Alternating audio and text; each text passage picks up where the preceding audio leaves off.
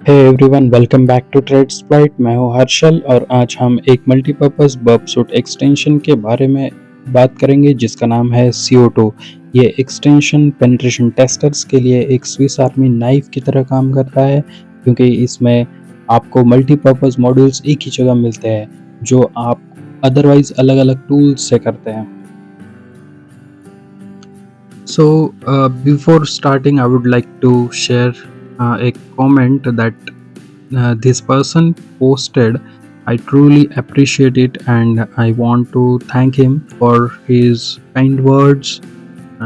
I'm dedicating this video to him, and uh, so so ये comment आया है previous video पे. After uploading 40 videos, I got my first comment, and it motivated me to upload more videos. जैसे ये वाला video मैं 4 to 5 minutes में ख़त्म करने वाला था, but I saw this comment and changed my mind to give quality work. So ये एक्चुअली मैं खुद के लिए वीडियोस अपलोड कर रहा था ताकि इन फ्यूचर मैं रिवाइज कर पाऊँ और भी न्यू बिगिनर्स है तो वो भी मेरे से सीख पाए। तो और मुझे जैसा कंटेंट चाहिए वैसा कंटेंट मेरे को मिला नहीं है जो कि इंटरव्यू क्वेश्चन स्पेसिफिक हो, जॉब पे डायरेक्टली फोकस्ड हो। सो इसलिए मैंने खुद ऐसे वीडियोस डालना शुरू कर दिया है। आई am not sure people will like it or not, but these are very important, and these videos can play a significant role in their interview question preparations and interview preparation process. तो anyway चलते हैं हमारे topic की तरफ। सो installation CO2 verb extension का बहुत ही simple है। सो verb suit के एक्सटेंडर टैब में जाओ, ठीक है। यहाँ पर एक्सटेंडर टैब दिख रहा है, यहाँ पर क्लिक करना है। So then B app store आएगा, ठीक है। सो उसके ऊपर क्लिक करना है एक्सटेंडर के अंदर में, ठीक है। और उसके बाद में CO2 सर्च करके इंस्टॉल करना है आपको। बस CO2 सिलेक्ट करना है और इंस्टॉल कर लो। अब आपको नया CO2 टैब दिख जाएगा जैसा कि यहाँ पर देख पा रहे हो, यहाँ पर, ठीक है, टॉप राइट कॉर्नर में, ठीक है। Hey everyone, welcome back to ट्रेडस्प्लाइट। मैं हूं हर्षल और आज हम एक मल्टीपर्पज़ वर्ब सूट एक्सटेंशन के बारे में बात करेंगे जिसका नाम है CO2। ये एक्सटेंशन पेनिट्रेशन टेस्टर्स के लिए एक स्विस आर्मी नाइफ की तरह काम करता है क्योंकि इसमें आपको मल्टीपर्पज़ मॉड्यूल्स एक ही जगह मिलते हैं जो आप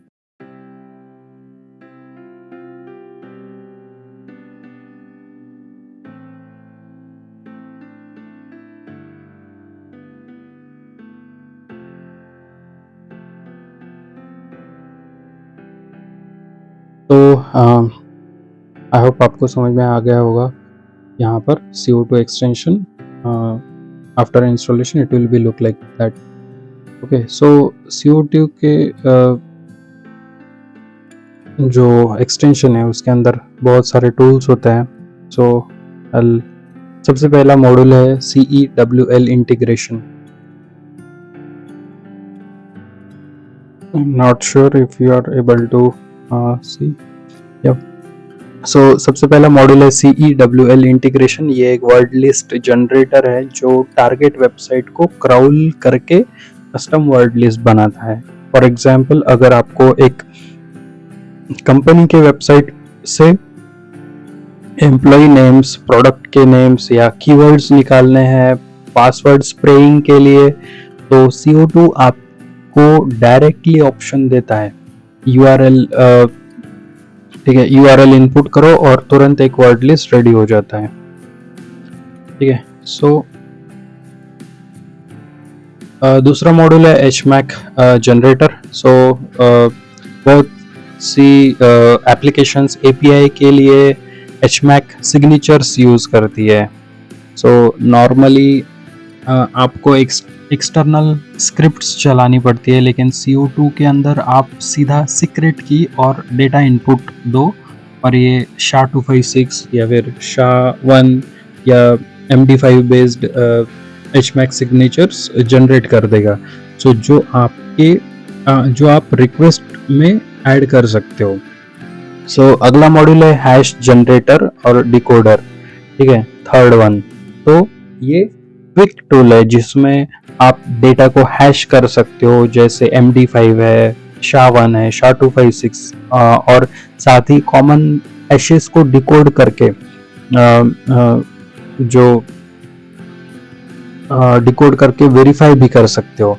तो मान लो आपको एक हैश्ड पासवर्ड मिलता है और आपको चेक करना है कि वो प्लेन टेक्स्ट क्या हो सकता है, तो ये मॉड्यूल हैंडी है उसके लिए। सो नेक्स्ट है fourth one is the LFI tester. LFI tester next है, LFI टेस्टर। सो LFI का फुल फॉर्म तो आपको पता ही होगा कि लोकल फाइल इंक्लूजन, जो कि एक वल्नरेबिलिटी है। Local file inclusion vulnerability test करने के लिए आपको हर बार मैन्युअली पेलोड इंजेक्ट करना पड़ता है, जैसे dot dot slash dot dot slash dot dot slash then etc slash pass wd वगैरह, ठीक है। सो CO2 में आपको प्री डिफाइंड पेलोड्स मिल जाते हैं जो क्विकली टेस्ट करने में मदद करते हैं। सो उसके बाद आता है XSS टूल, ठीक है। सो XSS टूल फिफ्थ वन है। सो ये एक क्विक हेल्पर है जो सिंपल एक्सेसेस पेलोड्स इंजेक्ट करने के ऑप्शंस देता है। फॉर एग्जांपल आप डायरेक्टली अगर आप डायरेक्टली इनपुट फील्ड्स में टेस्ट कर सकते हो और देखो कि एप्लीकेशन एक्सेसेस के लिए वल्नरेबल है या नहीं है। बिना मैन्युअली हर पेलोड ट्राई किए भी आप चेक कर सकते हो। सो ये भी एक काफ़ी अच्छा टूल है in the CO2। CO2 is a collection of multiple tools actually. So ठीक है। सो और CO2 ये टूल हम बर्बसूट में इंस्टॉल करते हैं, जिसे हम एक्सटेंशन बोलते हैं, ठीक है। सो उसके बाद में आता है, नेक्स्ट है एक पावरफुल मॉड्यूल है जो कि AWS साइनिंग। AWS साइनिंग मतलब इसके अंदर में क्या होता है कि जब आप AWS APIs टेस्ट कर रहे होते हो तो रिक्वेस्ट को प्रॉपरली साइन करना मैंडेटरी होता है। सो CO2 आपको एक बिल्ट इन साइनर देता है जिसमें आप अपने AWS कीज डालते हो और ये वैलिड साइंड रिक्वेस्ट जनरेट करके आपको देता है। सो अगर आप और नेक्स्ट है हमारा JSP वाला, JSP शेल जनरेटर। सो अगर आप और अगर शेल्स की बात करते हैं तो CO2 के अंदर JSP और ASP शेल जनरेटर भी है। सो मतलब आप क्विक रिवर्स या बाइंड शेल जनरेट करके वल्नरेबल एप्लीकेशंस पर अपलोड करके टेस्ट कर सकते हो। सो और सबसे लास्ट में है DNS टूल्स। तो last but not least DNS tools भी इंक्लूडेड है। ये आपको DNS लुकअप्स और सबडोमेन एनुमरेशन में हेल्प करते हैं। सो आप देख पा रहे हो सबसे लास्ट वाला DNS टूल्स। सो ये आपको DNS लुकअप्स और सबडोमेन एनुमरेशन में हेल्प करता है। फॉर एग्जांपल अगर आपको एक टारगेट डोमेन के रिलेटेड सबडोमेन्स डिस्कवर करने हैं तो आपको एक्सटर्नल टूल्स यूज करने की जरूरत ही नहीं है, CO2 में ही ऑप्शन अवेलेबल है। सो आप जान सकते हो कि CO2 कितना इम्पोर्टेंट टूल है। मतलब आपको सब रूट है, फिर सब जो भी CLI बेस्ड टूल्स है वो वहाँ से काली लिनक्स से रन करने का ज़रूरत नहीं है सेपरेटली। तो दोस्तों CO2 एक कंप्लीट मल्टीपर्पज़ एक्सटेंशन है जो आपको वर्ड लिस्ट जनरेट करने से लेकर हैशिंग्स, सिग्नेचर्स, XSS, LFI, शेल्स और इवन DNS एनुमरेशन तक काफ़ी सारी चीज़ें एक ही टैब में देता है। तो ये आपके वर्क फ्लो को फास्ट और एफिशिएंट बनाता है। सो और बर्बसूट के अंदर ही आपको छोटे छोटे हेल्पर्स रेडी मिल जाते हैं। सो गाइज ये था CO2 बर्बसूट एक्सटेंशन का detailed explanation with examples. All modules अगर आपको मतलब we will be discussing it ahead. Okay, so in this thing we will be discussing one tool, that is the SQL mapper is there. So I have not mentioned in this, so I'll explain it in detail, that one. ठीक है, सो CO2 के अंदर हम SQL map भी use कर सकते हैं. सो बस आपको क्या करना है, एक्सटेंडर में जाना है, बी ऐप स्टोर में जाना है, देन CO2 डालना है और एक इंस्टॉल पे क्लिक करना है. So you will be able to install it.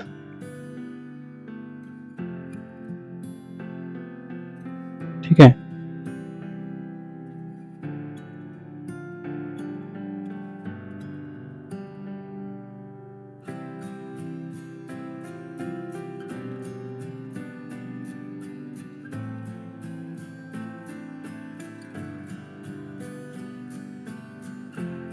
ठीक है. सो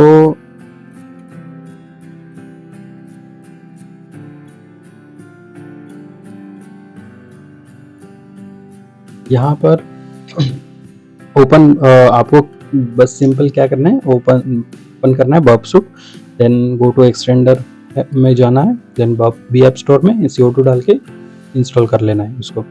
ठीक है, सो यहाँ से बस सिंपल है, फर्स्ट सेकेंड और थर्ड, दैट्स इट. ओके, सो उसके बाद हमें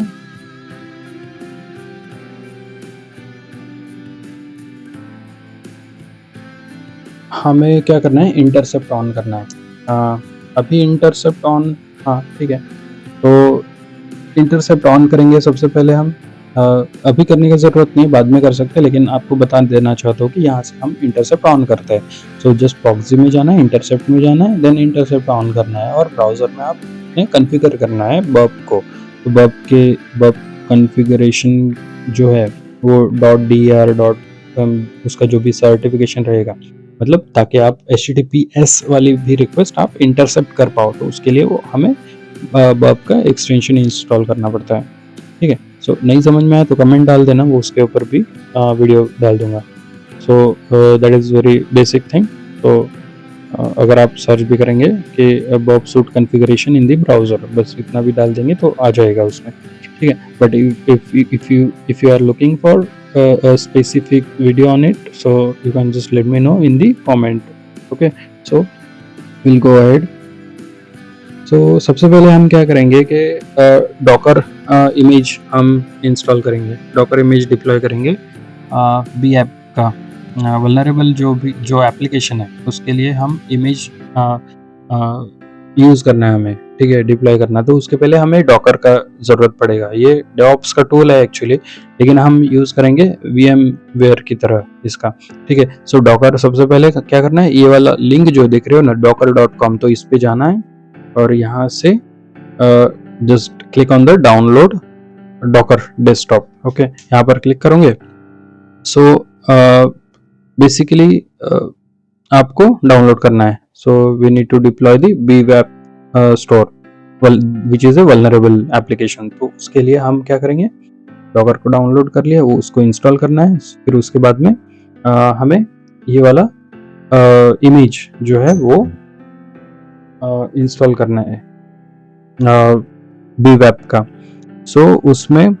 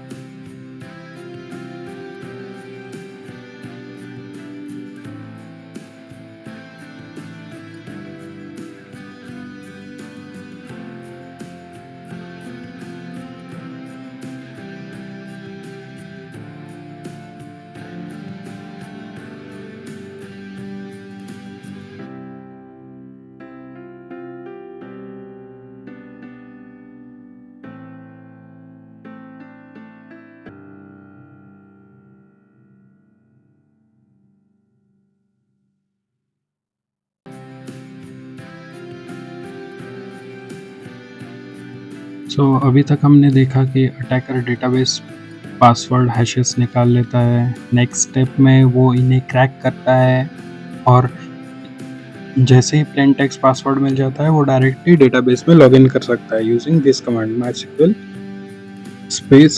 -u -admin whatever the username will be, then -p, हमारे केस में admin है यूजरनेम, यहाँ पर दिख रहा था, हाँ यहाँ पर देख सकते हो admin,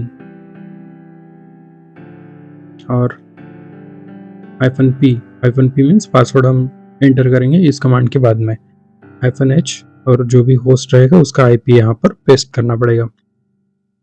ठीक है, सो यू का मतलब है यूजर कौन सा यूज करना है उसमें, एडमिन फॉर एग्जांपल, एच मतलब टारगेट होस्ट का IP या फिर host name sure on that. तो -p के बाद पासवर्ड एंटर करना पड़ता है, उसका पासवर्ड का प्रॉम्प्ट आता है जिसमें अटैकर क्रैक्ड पासवर्ड डाल देता है। सो इस तरह अटैकर सीधा डेटाबेस के अंदर एक्सेस ले सकता है और फिर वो टेबल ब्राउज करना, डेटा निकालना या मॉडिफाई करना शुरू कर सकता है।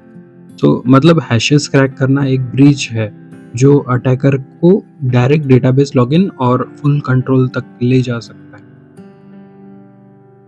तो ये बेसिकली दिखाते हैं हैश डंप, क्रैक और डेटाबेस लॉगिन, तो एक कंप्लीट अटैक चेन बन जाता है। ठीक है, नेक्स्ट है हमारा एडमिन। तो अब हम देखते हैं कि अटैकर पासवर्ड हैशेस के साथ और क्या क्या कर सकता है। तो अभी हमने पासवर्ड हैशेस को क्रैक किया, फिर उसमें पासवर्ड मिल जाएगा। ठीक है, तो ये फर्स्ट टास्क हुआ। दूसरा चीज़ अपन क्या कर सकते हैं कि यहाँ दो चीज़ें इंपॉर्टेंट है, रूट अकाउंट और एडमिन हैश। तो यहाँ पर देख सकते हो रूट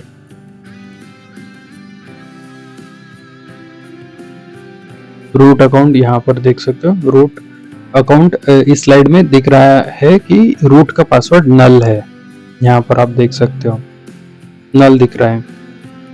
सो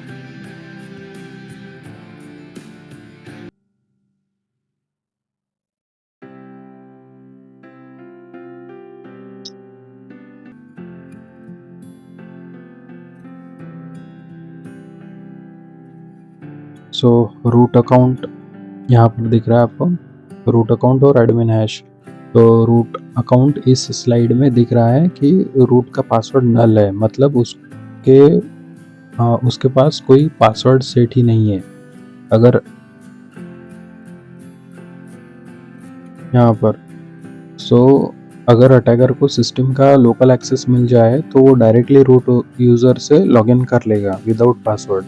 तो ये एक इनसिक्योर डिफ़ॉल्ट कॉन्फ़िगरेशन होती है, तो सिक्योरिटी में इस कॉन्फ़िगरेशन बोल सकते हैं। ठीक है, तो देन आता है एडमिन हैश। तो ये रियल टारगेट है, फर्स्ट वन ये वाला।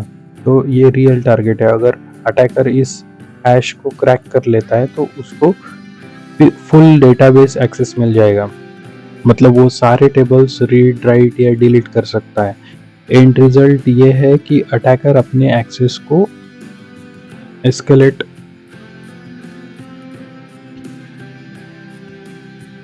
तो अगर एंड रिजल्ट यही है कि अटैकर अपने एक्सेस को एस्केलेट करके पूरे सिस्टम को कॉम्प्रोमाइज कर लेता है।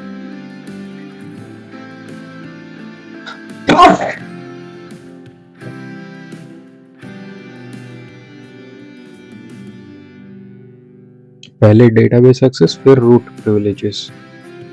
ये स्लाइड एकदम क्लियर दिखाती है कि week configuration plus cracked hashes मतलब फुल कॉम्प्रोमाइज। ठीक है, इसके बाद में हम देखते हैं फोर्थ क्वेश्चन जो पूछा गया है एसक्यूएल मैप में। अब एसक्यूएल मैप एक और क्वेश्चन पूछता है जब वो डेटाबेस यूजर्स के पासवर्ड हैशेस निकाल लेता है। तो क्वेश्चन है यहाँ पर कि do you want to store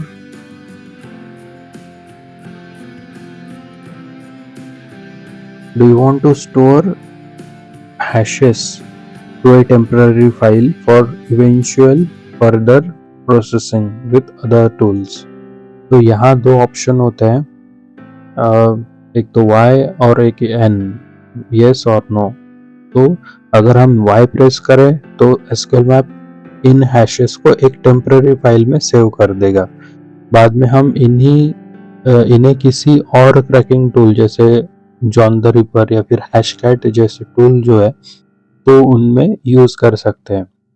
अगर हम N प्रेस करते हैं जो डिफॉल्ट है तो SQL मैप हैशेस को सेव नहीं करेगा। सो इस एग्जांपल में हमने आंसर दिया नो, मतलब हैशेस फाइल में सेव नहीं किए गए। इम्पोर्टेंट पार्ट ये है कि तुम्हें याद रखना होगा कि कौन सा आंसर दिया गया, क्योंकि आगे क्रैक करते टाइम ये डिसाइड करेगा कि हैशेस अवेलेबल है या नहीं है। ठीक है, फिर से बताओ, इम्पोर्टेंट पार्ट ये है कि तुम्हें याद रखना होगा कि कौन सा आंसर दिया गया है, मतलब यस था या नो था, क्योंकि आगे क्रैक करने के टाइम पे ये डिसाइड करेगा कि हैशेस अवेलेबल है या नहीं है। ठीक है, तो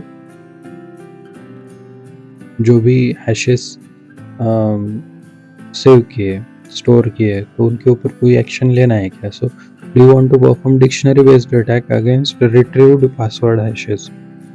ठीक है, सो हमने यहाँ पर सेव मत करो बोला है, यहाँ पर बोल रहे कोई डिक्शनरी अटैक परफॉर्म करना है क्या, तो हमने हाँ बोला है, यस बोला है। सो ये स्लाइड बेसिकली एक डिसीजन पॉइंट एक्सप्लेन करते हैं SQL मैप के अंदर, सेव करना है हैशेस फ्यूचर के लिए या नहीं। और ये वाला जो क्वेश्चन है, do you want to perform dictionary based attack, so इसके लिए ये आपको आई होप समझ में आ गया होगा। तो अब SQL मैप ने यूजर्स के पासवर्ड हैशेस एक्सट्रैक्ट कर लिए। नेक्स्ट क्वेश्चन वो पूछ रहा है कि dictionary based attack against retrieved password hashes, तो ये वाला जो क्वेश्चन है, फोर्थ क्वेश्चन, तो ये हम डिस्कस कर रहे हैं अभी। तो इसका भी आंसर यस है, नो है या फिर क्विट करना है। क्यू मतलब क्विट। तो यस मतलब SQL मैप खुद डिक्शनरी अटैक ट्राई करेगा, यानी एक पासवर्ड लिस्ट के अगेंस्ट हैशेस क्रैक करने की कोशिश करेगा। और नो अगर सिलेक्ट करते हैं तो SQL मैप हैशेस क्रैक करने की कोशिश नहीं करेगा, बस उन्हें वैसे ही शो करेगा। और क्यू मतलब क्विट, प्रोसेस वहीं पर टर्मिनेट हो जाएगा। तो यहाँ पर हमने वाई लिखा है, तो वाई मतलब SQL मैप खुद डिक्शनरी अटैक ट्राई करेगा, यानी एक पासवर्ड लिस्ट के अगेंस्ट हैशेस क्रैक करने की कोशिश करेगा। सो इस स्लाइड में आंसर दिया गया है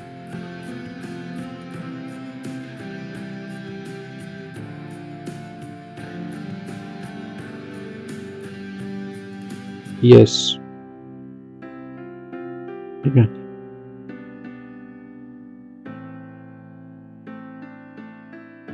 तो SQL मैप अपनी डिफॉल्ट डिक्शनरी यूज करके हैशेस क्रैक करने लगेगा।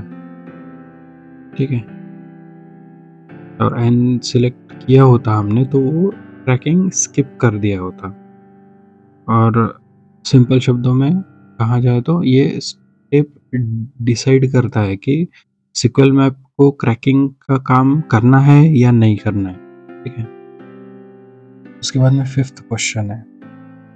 फिफ्थ क्वेश्चन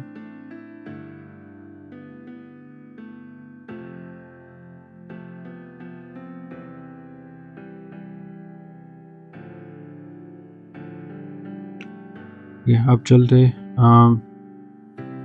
इसमें कौन सी डिक्शनरी यूज करना है, what dictionary do you want to use. तो इसमें इसका मतलब है कि SQL मैप पासवर्ड क्रैकिंग के लिए हमसे पूछ रहा है कि कौन सा डिक्शनरी फाइल यूज करना चाहते हो। फर्स्ट वन है डिफॉल्ट डिक्शनरी यूज करना चाहते हो या फिर कस्टम डिक्शनरी, मतलब डिफॉल्ट डिक्शनरी मतलब जो SQL मैप के साथ ऑलरेडी आती है वो, और कस्टम डिक्शनरी फाइल मतलब अगर हम अपनी खुद की वर्ड लिस्ट देना चाहते हैं तो वो, और मल्टीपल डिक्शनरी फाइल्स अगर है तो अगर एक से ज़्यादा वर्ड लिस्ट को एक ही साथ ट्राई करना हो तो मल्टीपल डिक्शनरीज, वो थर्ड ऑप्शन रहेगा। सो इस डेमो में हमने आंसर दिया है कि 1, तो 1 यहाँ पर देख सकते हो, यानी कि सिक्वल मैप को बोला है कि डिफॉल्ट डिक्शनरी फाइल को ही यूज करो।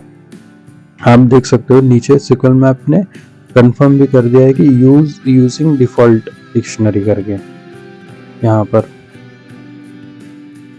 तो ये स्टेप इम्पोर्टेंट है क्योंकि यही से sequel map dictionary based password attack start करता है। यहाँ पर देख भी सकते हो कि वो स्टार्ट कर रहे हैं करके, तो ठीक है। और ये नेक्स्ट है,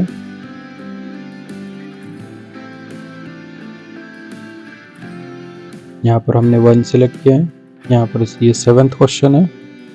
तो अब हम आते हैं नेक्स्ट इस क्वेश्चन पर जो सिक्वल मैप ने पूछा है कि do you want to use common password suffixes. Password suffixes मतलब ABC है, तो ABC ही ट्राई करना है या ABC 1 2 3 भी ट्राई करना है। 1 2 3 क्या हो गया, सफिक्स हो गया, prefix and suffix. Prefix means 1 2 3 ABC, तो ABC क्या हो गया, प्रीफिक्स हो गया, ठीक है।